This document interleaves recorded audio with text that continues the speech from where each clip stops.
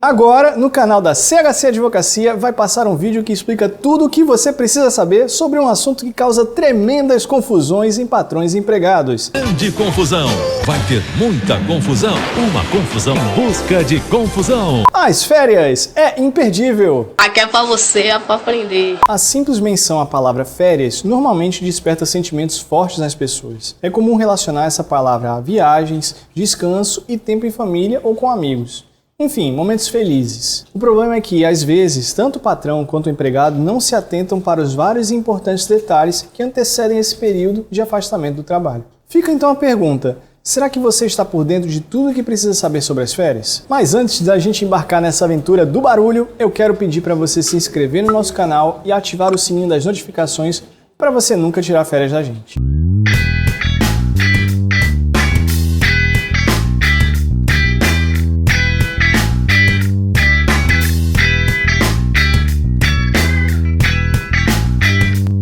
No primeiro bloco, vamos entender de que forma o empregado adquire direito a férias. Tudo começa naturalmente com a celebração do contrato de trabalho, que nada mais é do que a contratação do trabalhador. É nesse momento que tem início o período aquisitivo, cuja duração é de 1 ano. Em outras palavras, o empregado só tem direito a tirar férias depois de trabalhar durante 1 ano inteiro. Tá certo. Depois desse período aí, quanto tempo eu tenho para dar as férias do meu empregado? Depois que o empregado completa 1 ano de trabalho, tem início o chamado período concessivo. Como o próprio nome indica, esse é o tempo que o empregador dispõe para conceder as férias do empregado. Esse período também tem duração de 1 ano, ou seja, após o empregado adquirir o direito, o patrão tem 1 ano para dar as férias do empregado. Entendi, foi nada. Tem como dar um exemplo? É claro que sim. Vamos supor que o empregado foi contratado em 1º de janeiro de 2019. O período aquisitivo acaba em 31 de dezembro de 2019. E o período concessivo inicia em 1º de janeiro de 2020 e termina em 31 de dezembro de 2020. Uma dúvida muito comum é o que acontece se as férias não forem integralmente concedidas dentro do prazo correto. Nessa situação, as férias que forem gozadas pelo empregado depois do prazo devem ser pagas em dobro.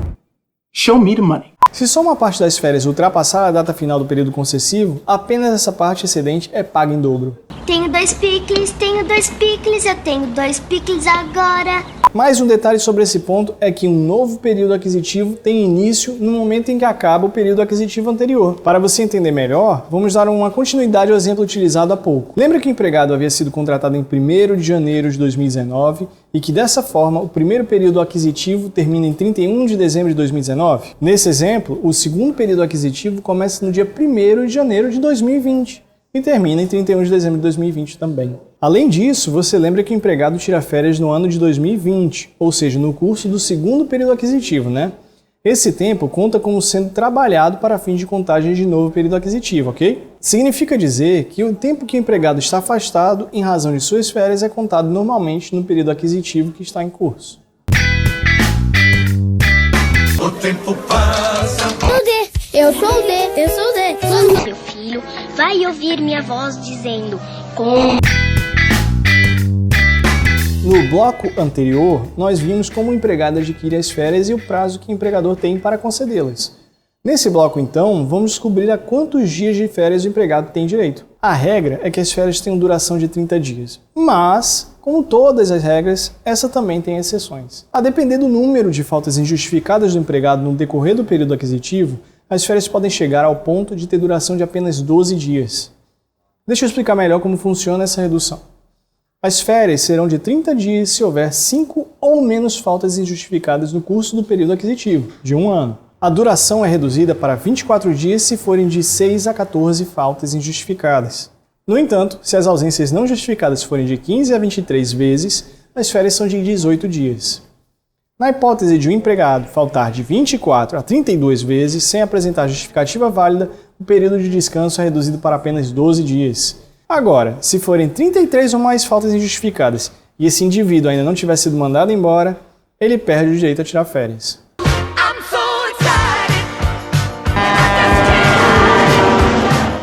Você deve ter percebido que a todo momento eu falei de faltas injustificadas, né? É porque se a falta for justificada, o empregado não deve sofrer qualquer tipo de penalidade, o que engloba o tempo de férias. O que define se uma falta é justificada ou não? São vários os casos, então vamos mencionar somente os principais. São eles: licença maternidade e paternidade, acidente de trabalho ou doença comprovada por atestado e a falta justificada pela empresa, que é aquela que não se determina o desconto salarial. Além disso, os empregados podem faltar alguns dias por causas específicas e essas ausências também não devem repercutir nas férias.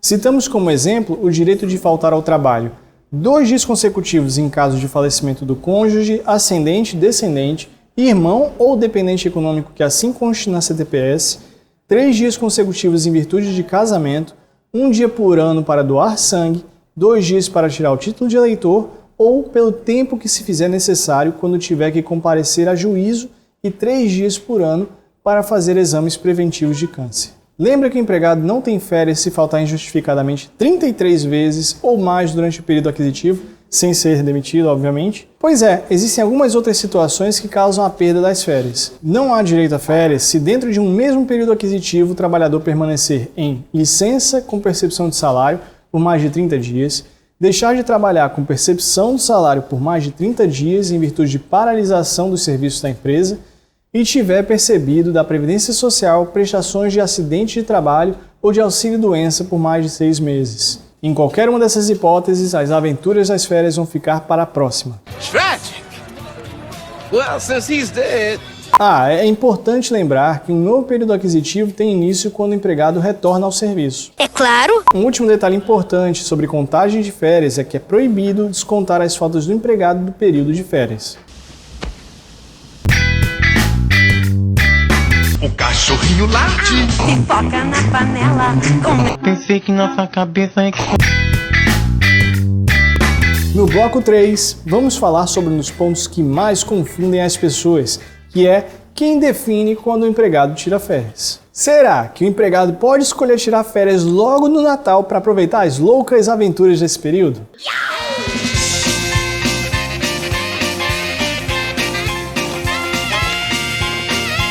Muitas pessoas acham que é o empregado quem decide isso ou até mesmo que é necessário haver um acordo entre patrão e trabalhador. Na realidade, é o empregador que decide quando o seu empregado tira férias. Ao trabalhador, resta aceitar a data escolhida pelo patrão e se programar para curtir as férias adoidadas.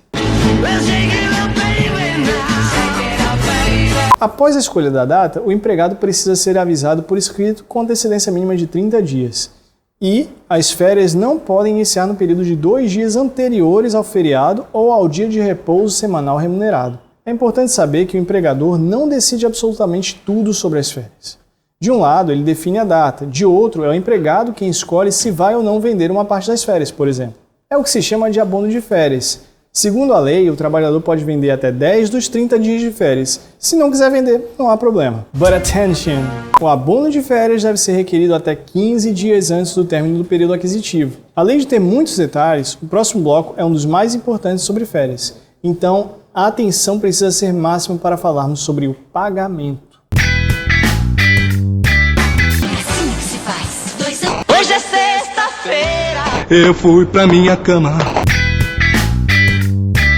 Antes de mais nada, o valor que o empregado recebe quando sai de férias é 1/3 maior que seu salário regular. É o famoso terço constitucional. Como muitos já sabem, o pagamento do salário deve ser feito em regra até o 5º dia útil do mês seguinte. No caso das férias, a data do pagamento é diferenciada, porque o empregado deve receber a remuneração até 2 dias antes de sair de férias. Lembrando que esse pagamento inclui o salário do período de férias, o terço constitucional e o abono, caso o empregado venda uma parte de suas férias. Você sabia que a tão comentada reforma trabalhista mexeu um pouco com as férias? Antes da reforma, as férias podiam, em casos excepcionais, ser divididas em 2 períodos, sendo um deles necessariamente superior a 10 dias. Depois da reforma, é possível fracionar as férias em até 3 períodos, sendo um deles no mínimo de 14 dias e os demais de pelo menos 5 dias cada. Além disso, o parcelamento das férias não depende mais de um caso excepcional. É suficiente que o empregado concorde com essa divisão.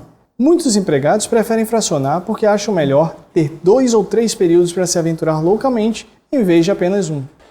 Tá bom. Um último detalhe é que, antes da reforma, menores de 18 anos e maiores de 50 anos não podiam, em hipótese alguma, fracionar as férias. Com a reforma, não há mais nenhuma dessas limitações envolvendo a idade do empregado. Isso não é um som, é um tá quente aqui, né? É que eu sou assim, sujo e feio.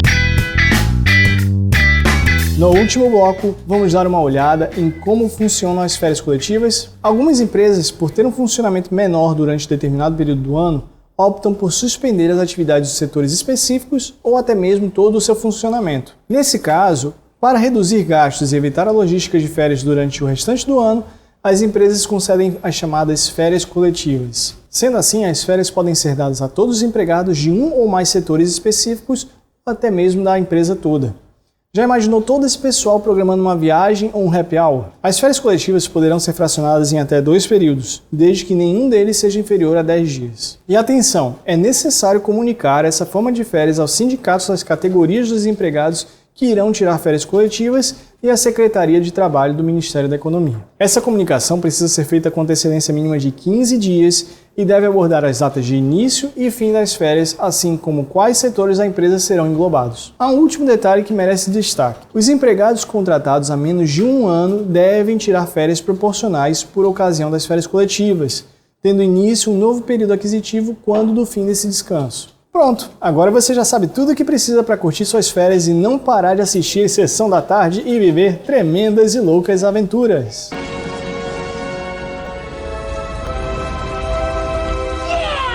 E aí, gostou do vídeo? Então não se esquece de deixar o seu like e compartilhar com todo mundo. E se você quiser ter acesso a vários conteúdos jurídicos e se manter sempre atualizado, se inscreve no canal, visite o site chcadvocacia.adv.br e siga as nossas redes sociais. E eu vou para as minhas férias.